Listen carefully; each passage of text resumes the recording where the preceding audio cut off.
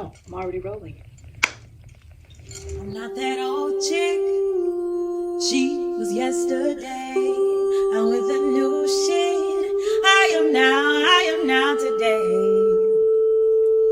So call me by my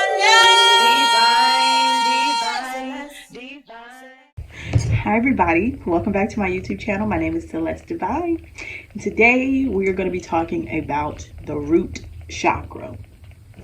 So I decided last week that I was going to do a crash course. Can I talk today?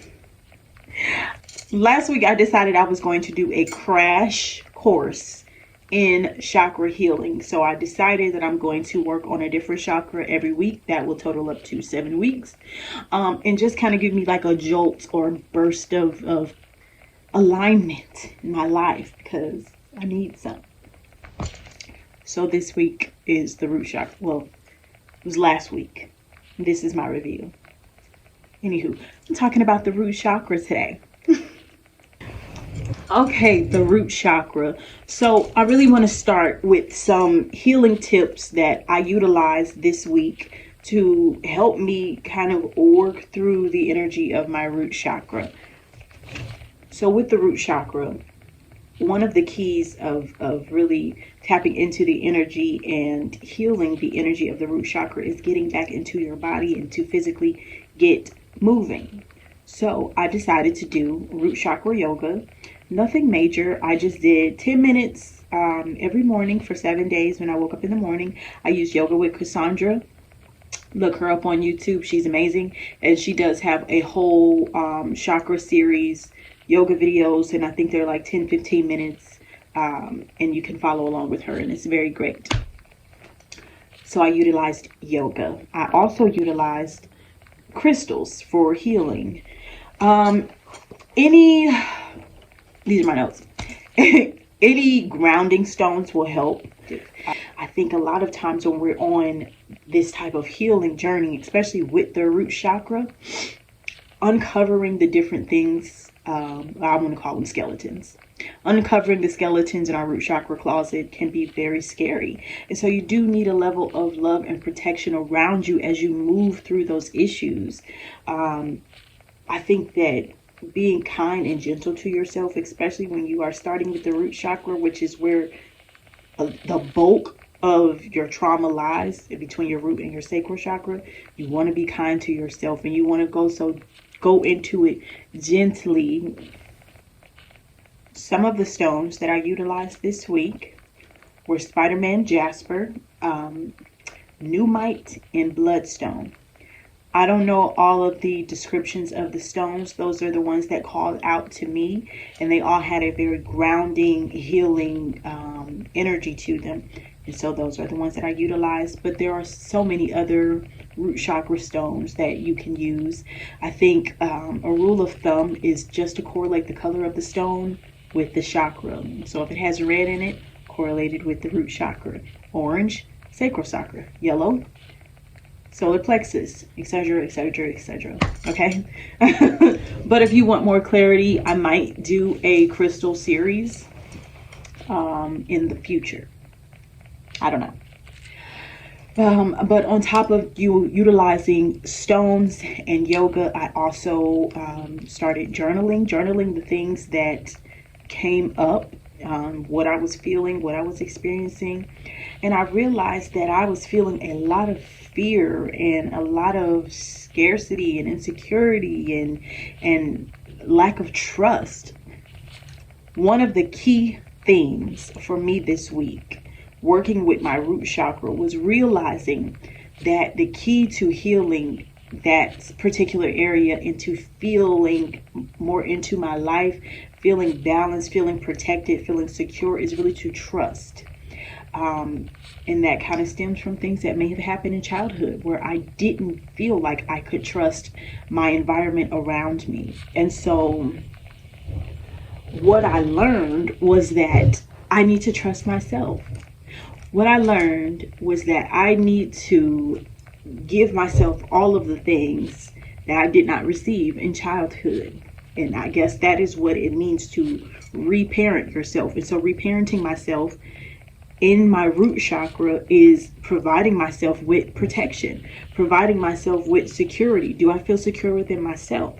Do I feel like I trust myself to protect myself? Do I trust myself, period? What type of foundation am I building for myself?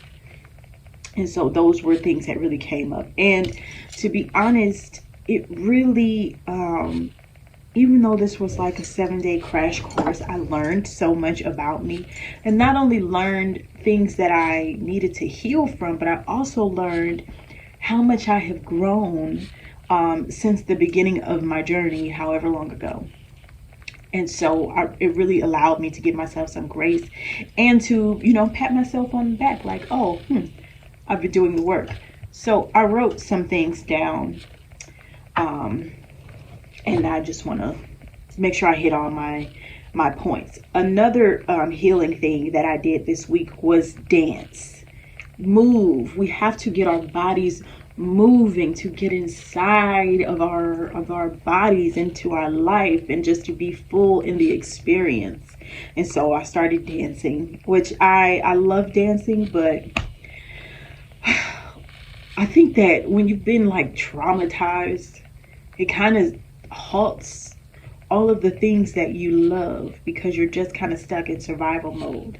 And that's really what the root chakra is. It's kind of being in fight, flight, or freeze. And I think for me, I've been in all three in waves at various times. And so dancing is it just puts you in a childlike zone where you're not thinking about anything. You don't care what anybody thinks about you. You're just free and in that moment and in your body and enjoying, the sounds and the movements, and you're just present. And that is one of the things that I think is most important in the root chakra is, do you feel present in your life? And so dancing helps you to be in the now, be in the present moment. Okay, why? Why did I start working on my root chakra? I felt like I was overwhelmed with life, with responsibilities. I was anxious and stressed, and I didn't feel like I was in my body, and I didn't like it. Like, I don't want to feel outside of myself all the time. That's not a good feeling. I felt ungrounded and disconnected from myself and from others. And if I'm going to be honest, I did kind of go through a little bit of a depression that I am actively coming out of. And I think, if you can't afford counseling, you need to be doing some type of shadow work. That is a quote from the Hood Mystic. Okay, I have to give kudos to where I got my information from. That's what the Hood Mystic says, and he has an amazing chakra course that I intend on taking in the future, but he has tons and tons of videos on YouTube. He is very informative and very helpful, and he has helped me a lot along my journey. And he also gives amazing readings. If you've never gotten a reading from him, please do, because I have. Yes, and so if you are not in counseling, you need to be doing some healing work. You need to be doing some chakra work. You need to be journaling. Like, you need to be working on yourself. And so that is what this was about for me last week, was just really the jumpstart of working on myself at the root of it all. And so some of the things that I learned, which I kind of already hit on, addressing my feelings of abandonment was something that came up for me. Realizing that I did not feel supported in childhood.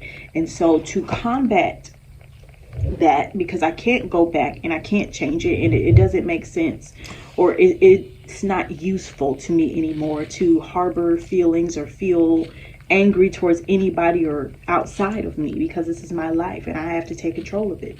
So If I felt abandoned in childhood, now in my adulthood at 33, how can I show up for myself in the way that I needed other people to show up for me in childhood?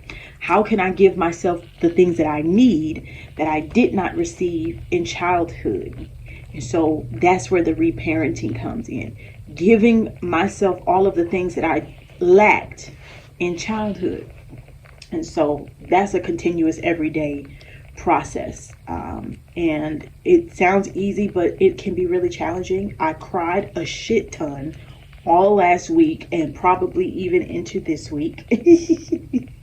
And so that is okay. Tears are healing. And so be healed with your tears. My favorite question that I was asking myself this week while working on my root chakra is, how can I show myself physical love? Like, what can I physically do to make myself feel loved? And so that could be in the form of, like I said, dancing, yoga, drinking more water, putting good, nutritious food in my body, going to places that bring me joy, doing things that bring me joy, just being surrounded by things that make me happy. So I've been outside, grounding myself, because that makes me feel loved and it makes me feel connected to Mother Earth. Helping myself to realize that it is okay to give myself all the things that I need. And if I am not capable of giving myself the things that I need, how can I outsource to get my needs met? Because we have needs and they need to be met. And it is okay to have needs that need to be met. And so in that, it is very grounding to realize that I am in control of my life. Nothing outside of me is in control of my existence and my experience here, and I am allowed to seek security. I am allowed to seek security in my life. I am allowed to feel grounded in my life and in my experience. I am allowed to feel grounded in the love that I give and share. Give and share. In the love that and the love that I give and receive. I'm allowed to feel grounded in that. I'm allowed to feel secure, and I am allowed to seek security in every area of my life. And so those were the things that I learned this week. How can I be a physical parent to myself and meet my own needs to the best of my ability, and trust myself to be able to meet those needs? And so, yeah. That is my experience working with my root chakra. And next week, we will talk about the sacral chakra, which I won't get into now because I want to save all the juice for later. But so join me for the next 6 weeks as we work through all of our chakras. I encourage any and everybody who stumbles upon this video to do your own research. Please do your own research about the chakras, about energy work, about healing. Watch as many videos as you can. Read as many books as you can. Google everything. Read it all. Take in all the information and then filter it out to what suits you and what resonates and aligns with you. And if it's not resonating and aligning with you, leave it. Okay? I love you guys, and I will see you next week. Call me by my name. Divine, divine, divine. Call me by my